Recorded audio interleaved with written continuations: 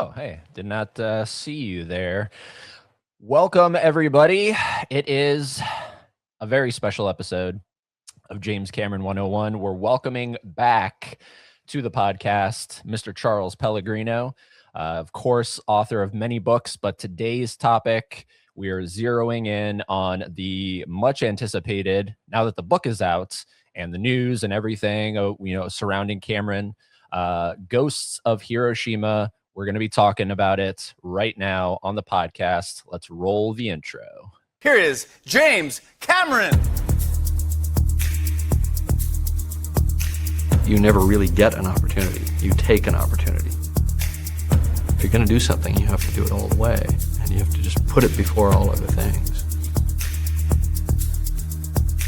I don't know about you, but I'm having a really great time. And here he is, the man of the hour, Charles Pellegrino. Welcome back. Thank you. It's been a few months since we last spoke, and literally, I think the last time we talked on the podcast, the book was not even out in the ethers. So, how does it feel now that the book is out? Yeah, it's no time to relax anyway, the way things go with me. So it was like the book was out there, it made the New York Times bestseller list and all sorts of stuff on Rolling Stone. But I was already working on the next project and the next phase of the project. Another visit to Nagasaki recently. Wow. How was that? Very, very touching. It was a meeting with a woman who is the last known double survivor, the last of the people who survived Hiroshima, went to Nagasaki, and survived the second atomic bombing as well. And that's Kenyuyo. She and her brother. They're in the book, but now that story is much expanded. And it's she was a 15-year-old first responder, a nurse. She and her brother were in a neighborhood of Hiroshima where all the buildings were knocked down, all the homes pretty much vanished, and they were among only 6 or 7 survivors in that whole neighborhood. And they were taken immediately because they were relatively uninjured. I mean, she did take part of a nail that went into her leg and embedded in a bone and could not be removed. And yet she still worked at an Army Red Cross type, an Army field hospital on a nearby island. She and her brother both were working, taking care of all these wounded people. And someone noticed, one of the soldiers knew them, knew that their mother was down in Nagasaki, and as disease and so on began to spread very quickly within 48 hours, and people did not know what this mysterious disease X was, and infections were also a big hazard. And one soldier came by and gave them tickets to a train and said, "You need to go to Nagasaki and be with your mother." Wow. And that's how they ended up on that train. And they're both in the book. They're mentioned in the book, and their story does run throughout. But I knew there wasn't the whole story, and it was also I had correspondence, and I just wanted to meet her in person. She's 95, actually just turned 96 years old, or no, about to turn 96.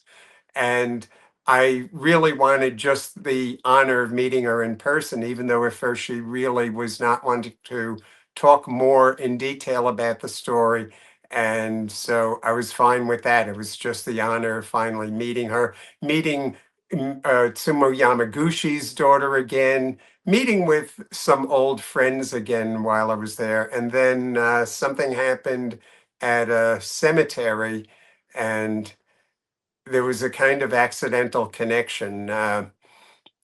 And then she told the rest of the story. She had diaries of her brother, that her brother kept drawing these things that she was rather repulsed by. He told, and with drawings and writing, exactly where he was, he and his sister, and where and when. And it had things that history that we just did not know before. Their story is, if anyone has seen the movie Grave of the Fireflies, it's an animated film, uh, beautifully illustrated, based on the author of it. It's about him and his little sister, and after the fire bombings and wrong decisions that he had made. And it's a very warm-hearted story. And the sad thing is, every time he had a decision to make, it led them into a more dire situation. It's one of the most powerful anti-war movies ever made. And as I'm reading the brothers' diaries and these things are being translated, and a curator at the museum asked me at one point, what is a Grumman Amnon plane that there was the drawing of? And this is what the boy, he was almost 12 years old at the time, wrote and called it, and what they had been calling it. And I realized that is Grumman, their naval plane, their fighter plane, the Hellcat. And it came through Orikami several days after the atomic bombing. I guess a couple of crew went a bit crazy and started actually firing on survivors. It's another thing we never knew of. It's just like we never knew before that at the Tool Lake internment camp for Japanese Americans, for Americans of Japanese with that had you, if you were just 1/16th Japanese ancestry as recorded by the census, you were sent to these camps. And the Tool Lake camp was one of the worst because people were marked, whole families, to be deported after the war, stripped of their citizenship, things like that that we never knew about. And you know, the learning keeps going. I mean, Isaac Asimov, I think, is the one who said, learning is never finished. And so it goes on. Right now, for a while, I'm back to the dinosaurs. So that'll keep me busy for a while too. So this most recent trip is the subject of a new book that you're going to be writing? No, I'm. This will be when the paperback of this comes out. As we're looking at who are going to be main figures in a film, we'll talk about that a year from now. I won't get into any details on that, except that it looks like she and her brother will be central to this. It's as it to me, it was very reminiscent of Grave of the Fireflies, except that this was both atomic bombs that these children survived. And the mother that they were going to, she was one of the sole survivors in that neighborhood. These two children survived because from Hiroshima, they were so exhausted, they missed their train stop in lower Nagasaki, which was one of the things I wondered about. Why were they miles up here on the train, all the way near the hills at the fringe of the explosion center, the hypocenter, but their mother was all the way down here? And it's, now this was answered as she began telling the whole story. They were just exhausted and they missed their train stop. They were barely awake, and both of them feeling kind of ill. And they missed the next obvious move, would have been in central Orikami to get off the train there and then take the next train south to go to where their mother was. But the bomb, they missed that train stop as well. If not, they would have been instantly killed. That train stop at Orikami was right under the next hypocenter. And so they were all the way up north. And then this journey, this 2-day journey through the ruins, through some of the most highly radioactive ground, to go down and try to find their mother. And then when the Hellcats came through and started shooting people, they went all the way up through the forest. They found out their mother was at a fishing village more than 20 miles north. They went through the woods, met their mother, and their mother had lost her mind. She was never really there again. And the whole family was ostracizing the mother. She would never touch or speak with the children. And that's understandable when where she was in lower Nagasaki, she was the only survivor in her neighborhood, including the 5-year-old sibling who was killed in her mother's in her mother's arms. And the mother lost her mind and was so ostracized by the rest of the family that she was buried not in the family cemetery with all the beautiful black granite and the gold leaf inlay in the letters. The mother was buried far away on a cliff top nearby. There was a garbage dump, some old abandoned buildings, lots of weeds. And she finally wanted to make a visit this year to see her mother. So we went there, and now half of my family is Chinese, so there's certain things that are done and symbolic things that are done at the graves. And when I saw her bringing out the water and pouring the water, and it was just, it was very moving to me. And there were a few media people who had gone off talking somewhere. I saw this and I just got very choked up. And I think she and her cousin noticed that. And it's after that, over the next days, that the rest of this whole story came out, and about the mother. And it's why her mother was in an unmarked grave on top of a ridge with just about 5 large, just granite stones over the grave. That is how ostracized the mother became, because she did get very mean. And they're in this fishing village. We visited the home where they lived. And in this village were the people, as a kindness to these 2 children, because they survived both atomic bombs. They would not have been allowed education, marriage, anything like a good job. And in the brother's diary, as they're being sent to the Northlands, where no one will really know who they were, where they came from, what they experienced, up toward the land of where the snow monkeys are, way north. And in the brother's diary that's in the Nagasaki Museum now, his last entry about the boat, that their mother did not come down to see them off with the rest of the village. And he didn't want to leave the village. And the last words are, and the family wanted them to be away from where there would be any discussion and any relationship to radiation and radiation exposure. And the brother's last words in this diary are, I do not want to go to Fukushima. And yeah. Wow. And this is all this is all going to be included, or you hope to have this included in the... Oh, I already wrote that up. I already wrote up a paper and a report and everything. It's all written up, and I've woven that into the story that's already there about her and her brother into what'll be the paperback edition of the book. And Okay. Yamaguchi's daughter started telling more about after the bomb and how they lived for a while on what many people consider a horrible place. It was one of the most densely populated places on Earth, known as Battleship Island. They filmed one of the James Bond movies there. It was a coal mining island. And she's describing how wonderful their lives were there, to be children growing up there.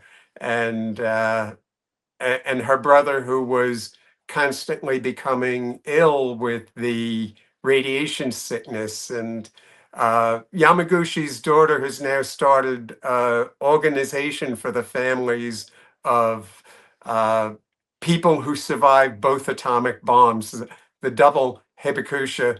And she just thanked me. She said, "You're the cause of this." And it was really great meeting her again.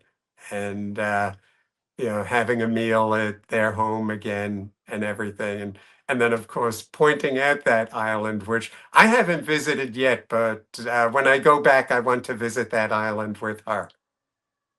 Amazing. Amazing. Um, now I know obviously this is James Cameron 101. I really, as much as you can talk about, because clearly this is still, we have no real information on the film adaptation of this. Yeah, we're not going to get any information. Ask me in about a year. About a year? I'm not talking about that. Okay. All right. All right. Yeah.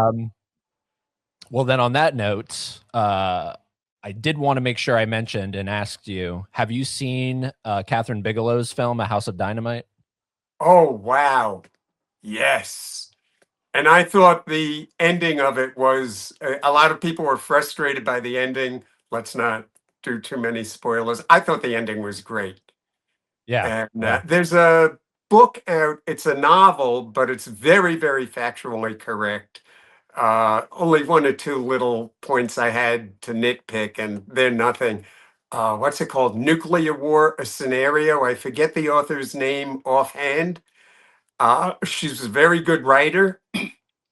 That novel is very much like House of Dynamite, and read that novel. It is every bit as good as Stephen King at his best, and I love Stephen King. So if you haven't seen that one, wow. Okay. But what did so obviously, I mean, the ending is the divisive part of the film, but what was as you were watching the film, what were you thinking? It's a very It's vague a heart film. pounding film. It's a very scary, scary film. Yeah. And the novel leaves nothing to where you're trying to figure out where things go. The film, it, it's just as scary. Yeah. And Yeah. you hope things might work out a bit better. But I mean, they're both, all of this is, nuclear weapons are not compatible with civilization, and especially as each one is its own probability curve. Now, maybe there's a 1 in 50,000 chance, I'm just picking a number, that during the lifetime of any individual nuclear weapon that it will be launched by some act of colossal stupidity, or it'll just be sitting there, and like we had 3 atomic bombs sitting for almost 2 weeks in the rain at an Air Force base before anyone realized what these were. Right. Things like that. And if it's 1 in 50,000 chance, well, even if we're down to fewer than 10,000, it's a little scary that something can go wrong with one of them in the next 10 years or so, and it can trigger a domino effect chain reaction throughout our whole civilization. So the first thing we've got to do is we've got to get them down to as low a number as we can, which we have managed to do. There was one point where there were over 60,000 atomic weapons in the world. And if the number 50,000 is to be applied to over a 10 or 20-year period, well, it becomes a mathematical certainty. So you can see where it's get that number down as low as possible, because we don't want to blunder into a nuclear war. If we have to go into a nuclear war with our eyes wide open, then probably we will never do it. And just get the numbers down as low as possible. I wish we could get that to 0, completely eliminate them. But the thing that always haunts me is once upon a time, there were 3 atomic bombs in the whole world. And we humans, being what we are, we tested one to make sure it would work, and we dropped the other 2 on ourselves. Immediately. Right. Right. Yeah, it's it's fascinating. Catherine Bigelow's interest in this stuff, and then of course you have Cameron doing your book, but he's obviously experimented with it previously, Terminator 2, and Yeah. it's just Scientists look at Terminator 2 and they'll, it's, whoa, that the nuclear blast in Terminator 2 is very scientifically realistic. right.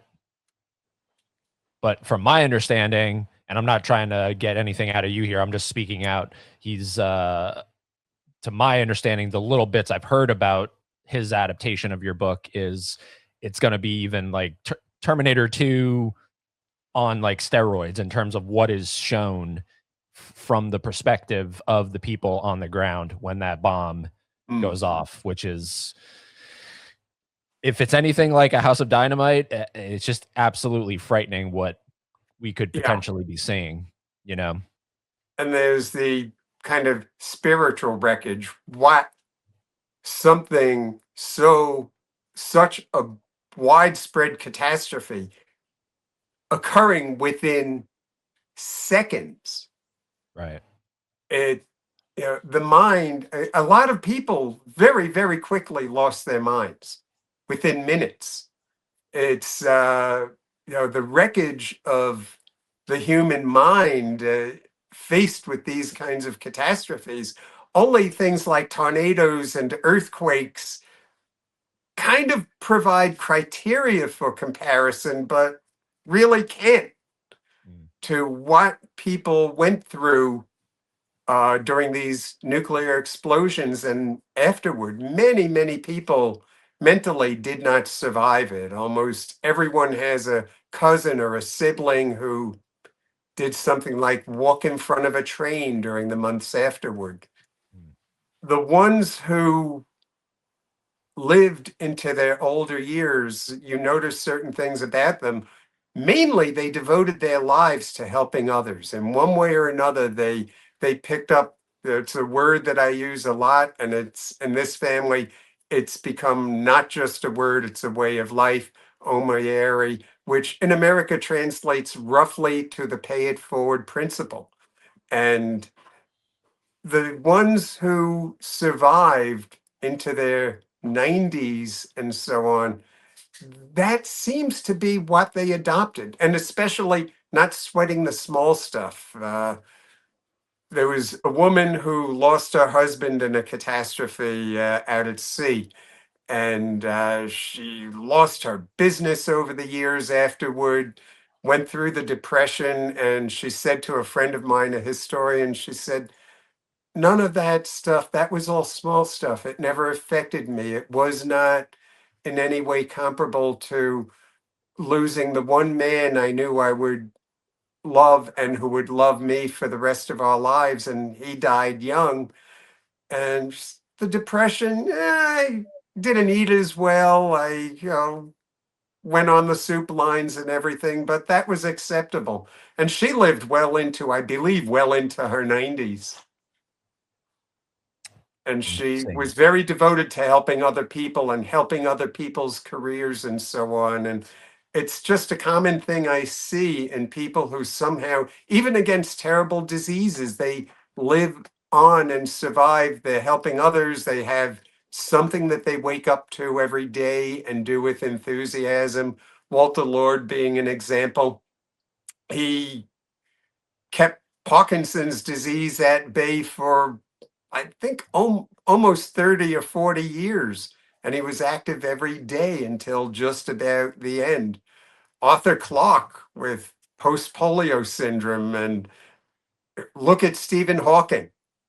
People are usually gone within a year or two with that.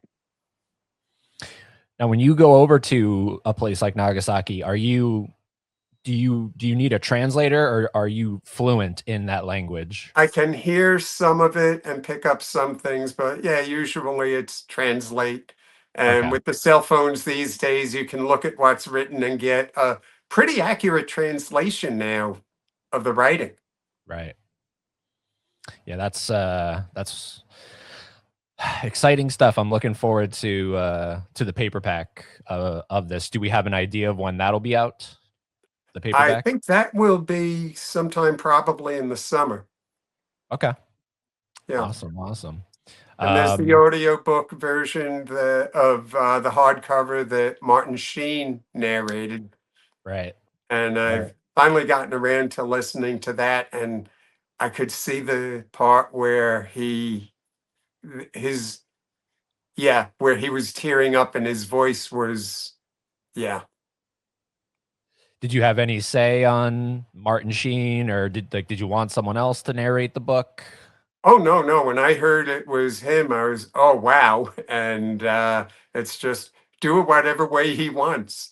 There was one suggestion that I thought, because I have all the survivors on tape, that maybe to have where a part of it would break away. Many of them spoke in English, some in Japanese, but that maybe they could edit it and have that in there, and then breaking away to Martin Sheen saying the same thing in his. But it turned out that was a bit complex, and it kind of did break the mood. So they did some of that with the chapter epigraphs, these quotes that are at the beginning of each chapter before the chapter begins, and that's where you hear the different voices. Okay. So yeah, it does in the listening, it does go through more smoothly with him narrating it. It's like, no, you don't want to stop the boat in mid-river. And if you Is do this stop the boat, don't get off the boat. Remember? Tigers in the woods, don't get off the boat. is this the first book of yours that's had an audiobook? No, there are a few of them. Okay. There's David I can't pronounce his name right. It's the dyslexia bug. But he's narrated a few of them, including a couple that I had done under pen names. And I forget who narrated The Killing Star. I heard parts of that. It sounds pretty good. So it's David also narrated the first book, The Last Train from Hiroshima. Right. And so I've been listening to bits of that as I drive around, and he's done a very, very good job.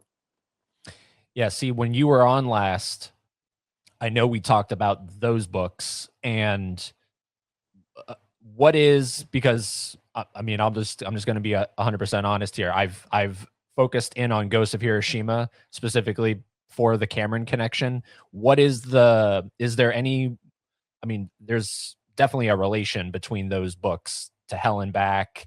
But they're obviously, Oh, we could do a whole show. There's all sorts of crossovers and interrelationships that you'll see, little things that tie into the Cameron universe.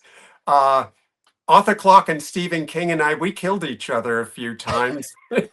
There was even, if you go to the novel Dust, there was someone who owned a bookstore, and there had been for a charity thing and a raffle, and I would kill you in one of my novels in a way that you wanted me to kill you. So there's this whole thing, this little group won, and it was okay. We have to. They like the movie. What was it? Police Academy or Naked Gun? One of those. She died in a Leslie Nielsen. She died in a tragic blimp accident, and so it got to. Yep, you got to kill us in a tragic blimp accident. So I did that in The Killing Star, and then I said, you know what? I'm going to do it again, and I killed them in a second tragic blimp accident in Dust. James Clavell and I had things. So Shogun, I didn't like how it ended. So in The Killing Star, you learn, oh, Anjin-san loved again, and he had children. And so he had descendants. But there are all sorts of crossovers between all of these books. where And I think we're between different going. authors, and between the fiction, my fiction and my nonfiction. So Right. you have Skurla, who is a character in a couple of my novels in the future that are set in the future. And I told George Skurla, who was in charge of the lunar module, one of the people in charge of it. So he's a real live living person in mine and Josh Stoff's Chariots for Apollo. And I told him I was going to have a descendant of his in this novel. And he said, could you name her Susan? As Susan Marie Skirler. And so she's in these novels, and a descendant of hers is in the one I'm working on now. And he said to me, that's my daughter who died. And so there are all these, someday I have to write up a list of all these interconnections. Mm. But where So, I think I was and going, I mean, Pamela Sargent, Stephen King killed her in the Tommy Knockers. I turned around, I killed Stephen King. You have to look at the house in Maine and everything, and you realize, oh, that's the gates in front of Stephen King's house. where I think I was going with that question was it in your mind, is Ghost of Hiroshima sort of like the magnum opus in terms of the nonfiction detailed account that you're telling? Well, The Last Train from Hiroshima is a lot more stories, and it's a lot more scientifically, technically detailed. I mean, you'll see there's even tables and charts and things in that one. This one, after Last Train, more and more survivors started coming forth through the Hiroshima and Nagasaki museums. And I ended up interviewing more people that there was a subject for a whole other book. And on this one, I decided less on the science and more only where it's necessary to describe scientifically what is happening, and more on the people, more on the human story, which Setsuko Thurlow, one of the survivors, who now has a Nobel Prize, she had told me, you have to do this. She liked the first book and said, people are finally getting around to writing the human story. And she wanted to see more of that in my next book on the subject. And, that's what I've done. And someone with the Air and Space Museum told me a while ago that this book is really bothering some of the people in the military money machine. And I said, well, why? There are 3 other books on Hiroshima and Nagasaki that made or 2 other books that made the New York Times bestseller list last year. Well, 4, you count that book, Nuclear War, a Scenario. And my friend from the museum, he said, yeah, but what bothers them is yours is the book that makes people cry. So, Wow. yeah. And so I don't know how many people said he was hearing this from, but it's like, that's what makes it dangerous. So I'm a little afraid, of things out there like smear campaigns and what have you. But No. it's been going on a little bit, but some people have gone back and they've stopped that from happening. Smear campaigns? Yeah, I mean, the funniest one was someone who was going to go out claiming that I was somehow using the Titanic expeditions as a front for drug smuggling operations. Wow. Those are the sorts of things that you laugh at when you hear them, but they get out there and like the earth is flat and the moon landings are fake. You don't Yeah. need many people to zone in on that, and you only need a few crazy people and it becomes a problem. Yeah, of course. Of course. I mean, look at the Jesus family tomb, the Talpiot tomb, and how many people said, Jurassic Park scientist has the bones of Jesus, and these people claim that they found the bones of Jesus. And if you read everything we've written and now confirmed by multiple labs independently, that ossuary that all the storm was about is the one that never, ever at any point in its history had any kind of bones in it.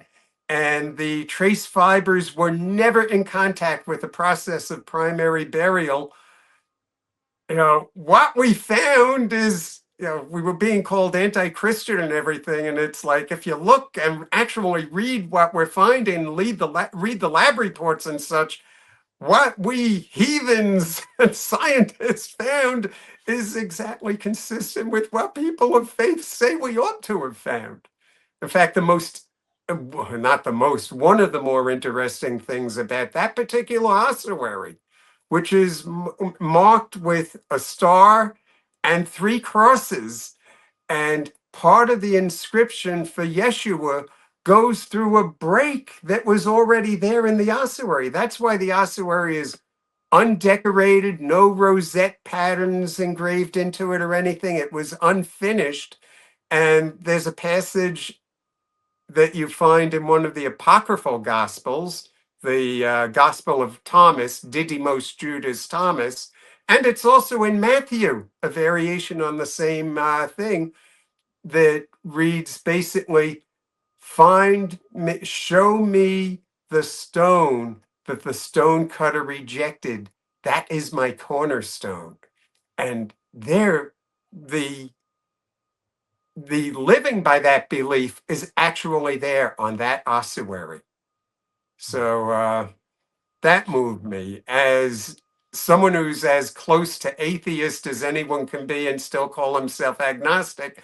Some of the mystery surrounding that ossuary. Okay, Occam's razor, a body thief or, risen.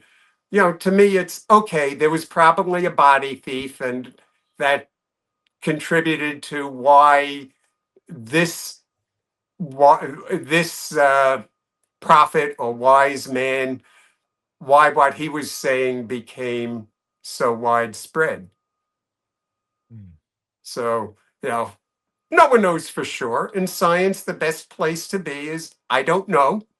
And, with this ossuary, I have body thief. So, yeah, there it is, an either or, body thief, or we have a prayer in the very next chamber written in Greek, and it refers to someone who has done a rise up.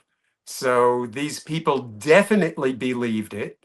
The other thing about this family, where we find all these familiar names in the tomb, it's amazing enough, even if there was only that one ossuary, Jesus, son of Joseph, no body, nothing ever placed in the ossuary except some wood and 2 cloths and 3 crosses and a star. The star is made from 2 crosses, one of them being the cross of Mary Emine.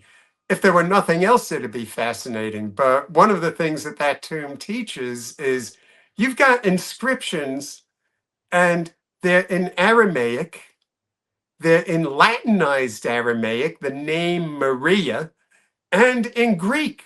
So these were a very literate people. It wasn't as even some Jesuits that I know, they would say, well, these things were written about 40 or 70 years later. There was an assumption that the Holy Family was illiterate. Well, no. So maybe things were edited and changed later on. We don't know. But in the very first drafts, these things were written by firsthand eyewitnesses who were very, very literate. They were able to read and write. So it all gets very interesting. That tomb could fit inside Molly Brown's stateroom inside the Titanic. And as full of mystery as the Titanic is, as full as just sheer fascination, the Talpiot tomb is even more fascinating and even more full of mystery. And that's saying a lot. Yeah. Correct me if I'm wrong. This is I haven't seen it, but this is what you're talking about. Isn't Cameron associated to this in some way? Like, yes. Do a documentary? That was so we had my book Return to Sodom and Gomorrah. We had Project Egypt. Everything was done under strict secrecy when we were investigating this, when things were going out to labs and everything. And Project Egypt, yes, we really were doing things in Egypt. And there was the film Exodus Decoded that we were doing, that Simca and Jim and me, we were doing that. And then secretly, we were doing the Talpiot tomb. And then that came out. And by Project Egypt, we managed to keep it secret because everyone was looking at what we were doing in Egypt. Hmm. Yeah, I got to check So that out. it got out there without any leaks. So, But we'll because we're approaching 45 minutes here, we'll kind of start winding down here. I did want to touch a light-hearted subject here. What did you think of Fire and Ash? oh, wow. Wow. Did you get a lump in your throat Oh, in yeah. the forest, Spider? yeah. Do you still love me? Oh, yeah. And seen it a couple times. The 3D, it's if you can see it in 3D, there were lots of movies in 3D, and the only ones that where it was done right that you really remember you saw it in 3D. Yeah, those were all gems, the documentaries and everything. But this is one, if you can see it in 3D, see it in 3D. It really makes it more immersive.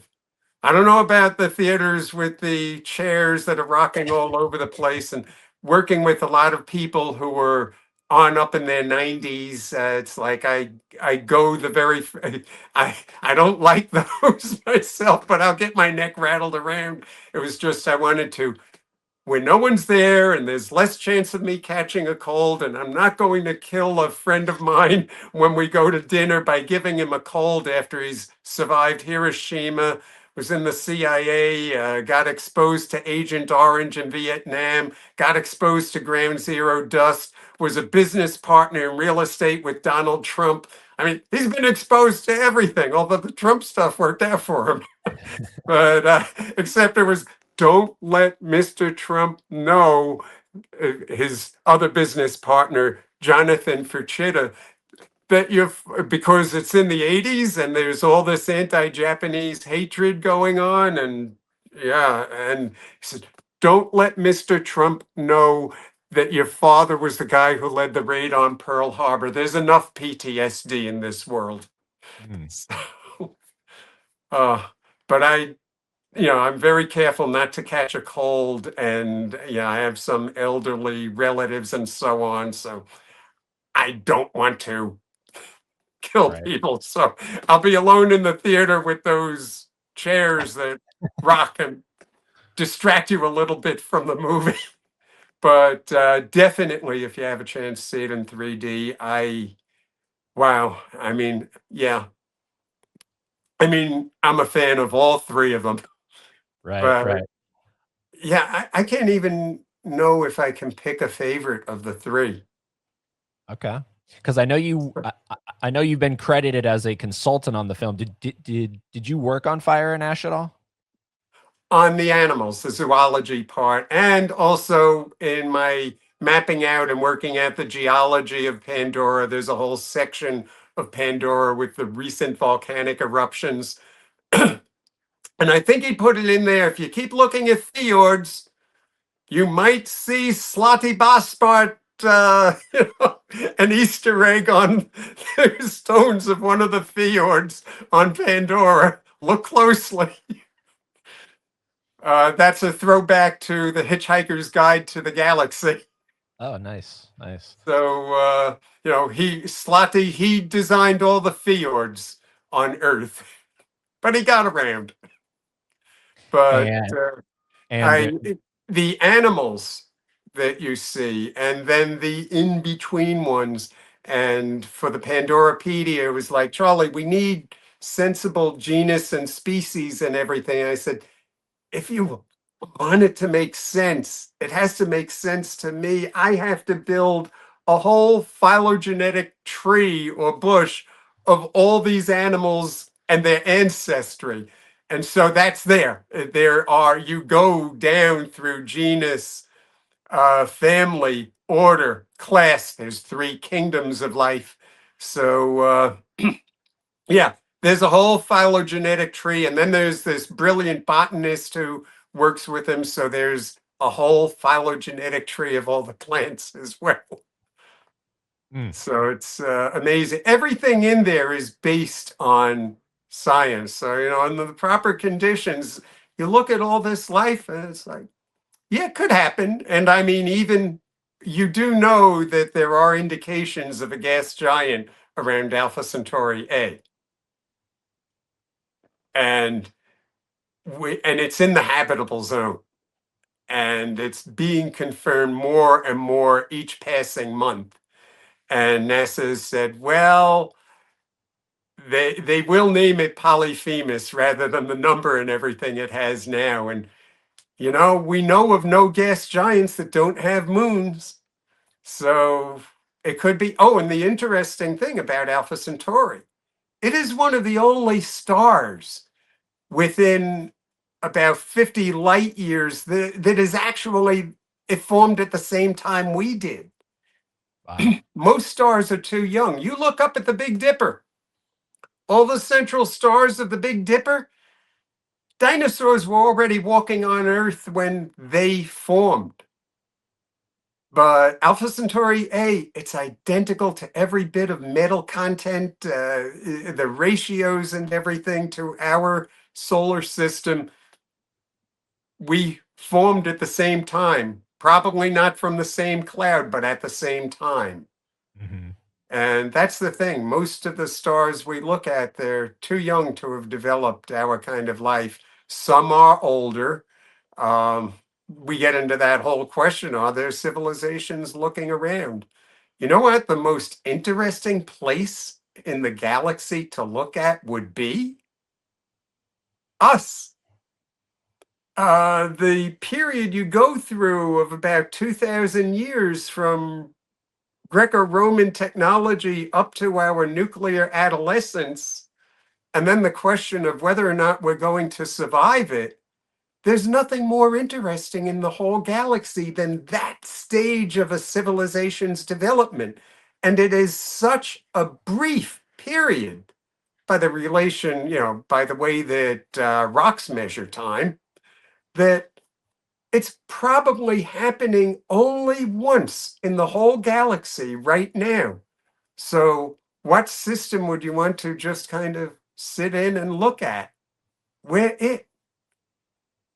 And we're still working out heavy element accumulation rates, and it looks so far like over the nearly 14 billion years at about the time that it became probable for Earth-like planet, just the right mass, just the right distance from just the right kind of star, we formed somewhere near the starting gate, but that's a very long-term starting gate.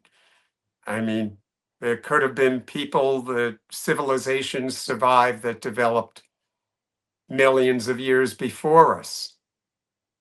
Jim and I have talked about this. You go down to the bottom of the ocean, you see all the porcelain on the Titanic. Porcelain lasts forever.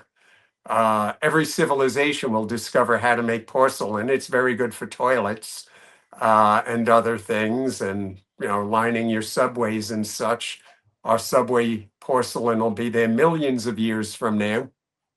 But if a civilization, is it probable that a civilization reaches its nuclear adolescence and then just doesn't survive? Or one country finds the bomb first, takes over the whole planet, there's no space race, there's no competition of that kind, and civilization eventually goes the way of when Rome became a universal empire and when parts of China became a universal empire, everything they could reach, and then they stagnated and declined. Or more likely, two countries are racing for nuclear power first. They go into it. We've been very close to nuclear war a couple of times ourselves. Some miraculous people stopped it, like during the Cuban Missile Crisis, the one Russian submarine where they said, nah, don't do that. Maybe it's more probable that civilizations do destroy themselves, in which case porcelain lasts forever. You look up at the older stars, you draw your finger somewhere across the sky. There's probably under forest all these lost civilizations that became kind of godlike, but their porcelain is still there in their fossil record. You know, call it the porcelain of the gods. But they're all, the toilets. I mean, the galaxy is probably full of everyone's toilets, everyone who didn't make it. Right, right. Charles, can you describe for me? Because you're so fascinating to listen to. What goes on in your head? I'm really curious. What are you like? It seems I'll like quote my old childhood friend who went off into a branch of medicine and studied a disease we did not know I was developing at the time, and came back with, in the US at that time, treating this autoimmune thing. It's a tongue twister called ankylosing spondylitis, now being studied because the disease itself is anti-cancer, but that's a whole other area we're looking at. But he comes back, he says, damn, this is familiar. Let me do some blood tests. And one doctor was saying, no, we have to give you chemotherapy, shotgun blast to the whole immune system to slow you down. And the doctor said, well, he's bringing in from China and stuff. This stuff is witchcraft. I'm like, nah. And I'm looking back to 1912, 1915, where those were the best medicines around at that time, compared to if you were in first class on the Titanic, most everything was cocaine and heroin. Uh, but that was what you got as medicine. But I'm like, no, full spectrum immunosuppressive. I'd rather let nature follow its course. Jesse he saved my life. So where are we going with this? So what's going on in my mind? We then wrote chronic fatigue syndrome together. Jesse is the guy who, when he was 17, he figured out the math that there would be oceans under the ice of moons of Jupiter. That became the Europa theory. That became our first book, Darwin's Universe, in 1982. The idea that there would be oceans under the ice of gravitationally flexed moons. And so we were going at this. Here's just an example of what we did. So one of us had to be devil's advocate, and I'm like, there can't be life under there because sunlight can't get through the ice. And one day, 1977, he has these letters from Bob Ballard. The hydrothermal vents had just been discovered. We're writing to Ballard saying about the Europa theory, you have just opened up a whole new window on the whole universe, which he did. Most life, looking at our own solar system, probably develops under ice worlds circling gas giants or water giants like Neptune. Looking around our solar system, water on the surface of a planet just the right distance from just the right kind of star that's stable for long enough. We're probably galactic freaks compared to everything that's living in ice worlds. Not necessarily intelligent, but most life probably lives in that condition. 1985 comes around, Ballard gets back to me, we get back to each other about hydrothermal vents, but I'm interested in these things that are hanging off the Titanic that he had just discovered, the rusticles. Amazing life form, living fossil 3 billion years ago. But anyway, Jesse and I worked on all sorts of stuff together. He saved my life, said these things will keep you alive until the biologicals develop, which things that you see advertised like Enbrel and Humira, where you control those specific parts of the immune system that are trying to kill you. But to quote Jesse once, when we were going around talking about the chronic fatigue syndrome book, and on one TV show, I kept talking about Europa, a moon of Jupiter. and the guy asked, how did you get involved in the Titanic? Well, it started as just another interesting thing happening on the way to Jupiter's moons. And Jesse said, you got to understand, there are people who have probably killed themselves doing massive quantities of hallucinogenic drugs to be walking around the world in the way Charlie walks around the world normally every day. It's a bit of an exaggeration, and I've never done any of those hallucinogens. Jesse says, well, of course, you don't need them. They would Yeah. probably calm you down and you wouldn't feel like writing if you took. Wow. Uh, so, yeah, that kind of explains what goes on in my head. I'll be writing at night and it's like, gee, I don't know how to fit this part together with that part. And usually when I wake up in the morning, there are 5 different ideas. I don't anymore take paper and pencil into the shower because even so, that would get messy. There'd be paper. Some comes off, it clogs things. Mary doesn't like having to call the plumber. But when I get up in the morning, even sometimes now before I do my coffee, I'm just Wow. writing things down. The whole universe is fascinating, and it's a fun thing that everything in our world and in the universe seems to be hitched to everything else. And it's all connected, and it's just, I guess, what's going on in my head. I think I'm still sort of like a 17-year-old kid with still that whole sense of wonder, walking around in a body that, well, the knees aren't that good for surfing anymore, but, just still a kid inside. Everything is new, everything is fascinating, and I never, ever, ever, ever plan on retiring, which most of the people I know who've made it into good health in the 90s, they never retire. Well, I think that is a beautiful spot to wrap this episode up at.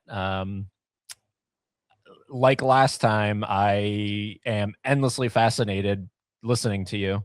And that's echoed here again. It's just been it's been a wonderful time listening to you, and I can't recommend this book enough. Please, anyone watching this that hasn't picked it up, pick it up, or I guess wait for the paperback to come out, because you're going to get some added, like a couple few extra chapters in that. Yeah, there's about 10,000 more words to go into the paper.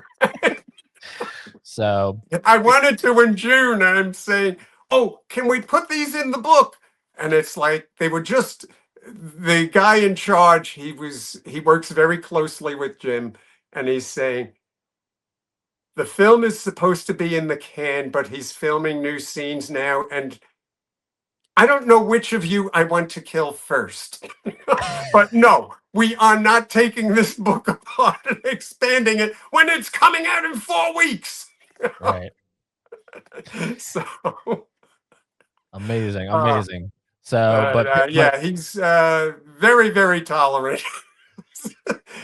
Not only Jim and I, but the whole team. I mean, the guy just mentioned in charge, and I mean, we've talked about Simca, who again is one of the most brilliant people I've met anywhere on the planet.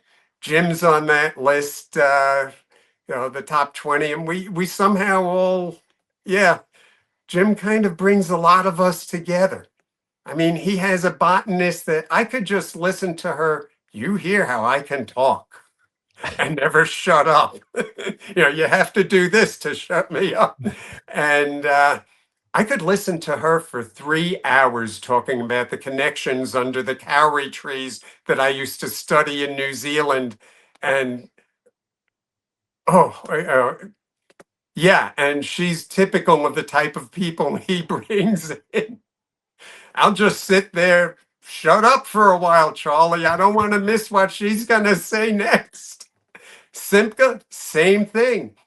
I will be in Pompeii, and he'll be pointing something out to me that I and everyone else have been looking at for 20 years, and he'll ask a question none of us asked before. Now, about half those people will get angry with him, but for me, those are the greatest days. wow. So you can do this to me now. Hey, no, that's what we're going to do on the episode. We're going to wrap it up here. So Okay. I appreciate you coming back here, but stick around. We'll do a formal goodbye. I'm going to end the recording here. Everybody, I'm going to tweak it a little bit for this one. Go read Ghost of Hiroshima.